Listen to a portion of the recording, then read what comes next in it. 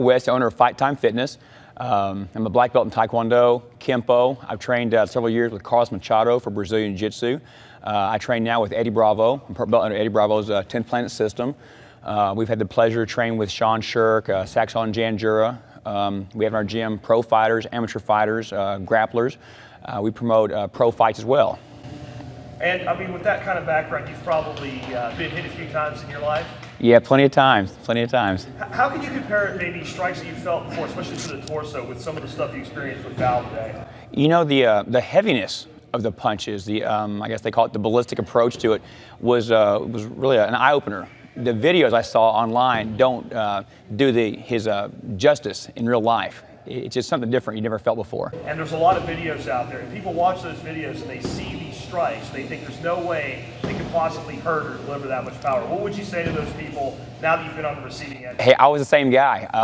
I've seen the videos myself, and I was too a little bit skeptical about the power and what happens, but actually feeling it makes you a believer. The heaviness, the distance, the joint locks, the throws, it's just the control. It's just heavy and solid. There's nowhere to move. It's just, it's amazing. It's amazing. And when we were in between scenes and we were taking some breaks, you said that you were kind of getting frustrated when you were grappling with Val because of the way there's no rhythm to respond to. And how would you describe that experience? Right. With fighting, there's angle, there's movement, there's timing issues, there's setups and cues you work off of. He doesn't give you anything. It's almost like a natural awkwardness to his techniques. There is no feigning. It's just different. It's a whole different approach. I didn't know what to do to him. Would you say it's a little bit intimidating at some point? Oh, it's very intimidating. Taking him down, I wasn't sure when to go. He doesn't give you the typical angles you want to work from. So, Tyler, after working with Val today, can you describe, first of all, for us, what it's like to be hit, in the solar plexus with a ballistic strike? Okay, well, apart from like just a traditional strike, whether it be like, with martial arts or like a blunt force, like sports-related strike, it's really concentrated in that one area, whereas when Val delivered like the ballistic strike to the solar plexus or chest or like lower abdomen, it transferred in whatever direction he was driving through. So if he delivered a shot to my solar plexus, it transferred into my abdomen, and I felt kind of like almost like a vibrate or rattle inside. It stunned everything, as opposed to just impacting on the surface. Yeah,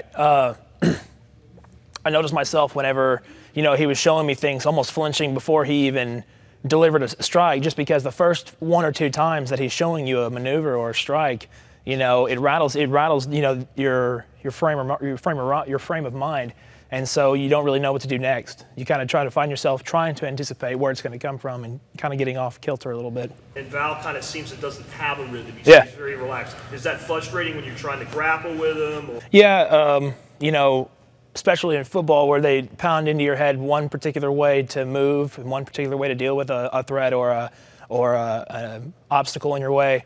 Whereas if that threat is just bouncing around all over the place, you really don't have, any time to think about where to anticipate it coming from, what to do next.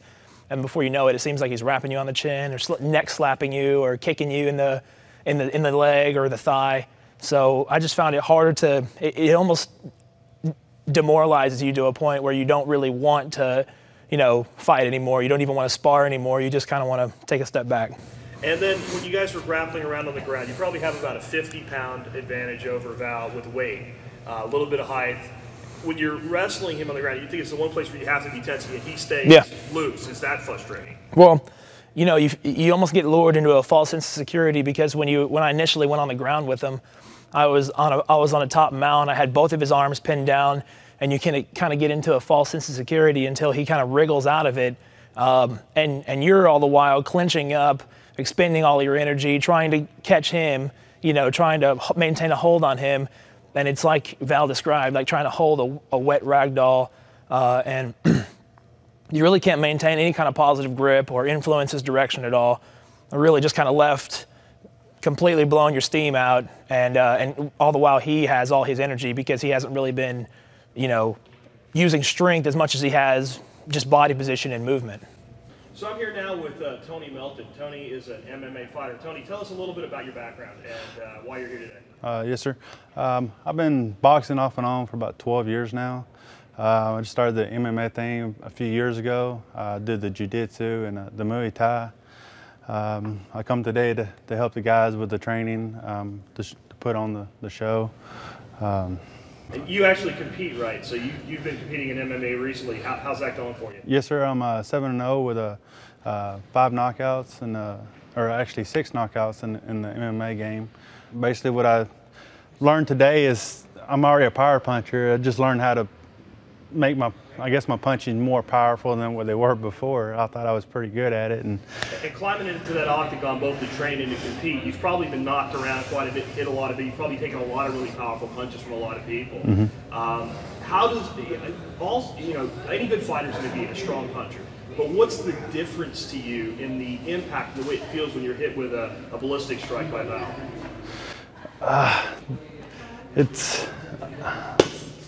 It feels like it covers more area to me than what it getting hit by a regular punch. And when you get hit by a regular punch, I don't know. To me, it doesn't like hurt, I guess, in a way. But like when he was hitting me in the solar plexus, that hurt. Even with a jab, he hit me with a jab in the solar plexus, and it hurt. I've never been hit with a jab, and it's hurt me, in a way. It's weird, odd to me. How would you describe dealing with him, like when you're grappling around with him, moving with him, he's staying in that relaxed state? Does it maybe get frustrating, or does he try to tire you out with, not so much just physically tire you out, even though that can happen too, but is there a patience factor there that eventually he's waiting for you to make a mistake? Or? To me, it's frustrating because he's like relaxed in a way. He's not trying to engage me. He's wanting me to engage him to see how I react and see what he can do to take me down or take an advantage of me, is what it feels like to me. And last year, you said you've taken a lot of shots. You can usually absorb them pretty well.